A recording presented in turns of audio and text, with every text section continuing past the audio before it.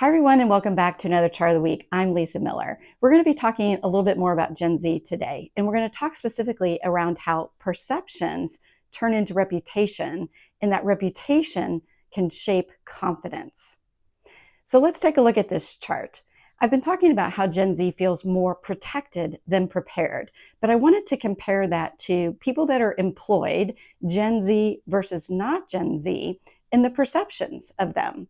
So basically what you see here is that the non-Gen Z people, 45% say Gen Z is not prepared at work, compared to 30% of Gen Z agreeing with that same statement. But that's a 15-point gap. And the reason that matters is that perception actually impacts the opportunities that are provided for Gen Z. So in this next chart, we're basically looking at the reluctance of actually hiring Gen Z.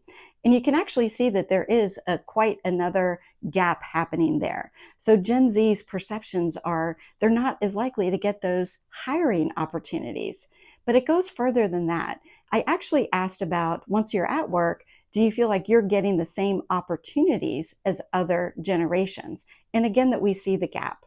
The last point here is basically this idea of just being exhausted with the cancel culture.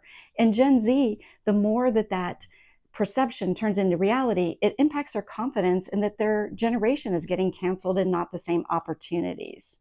So what's the so what, now what? Basically, this idea of perceptions turn into reputation and that reputation can impact confidence. It's kind of a doom loop that we have to get out of. But what's so easy as parents, as managers, it's just go do it. Like the Nike ads, just go do it. Well, the reality of it, that actually isn't going to work. That is just the what. Gen Z needs to understand the why. And so what we need to do as parents, as leaders, provide those reps with context. And that context will actually help build confidence in Gen Z, but then companies can build trust in the Gen Z. Well, I hope you enjoyed that one, and until next time.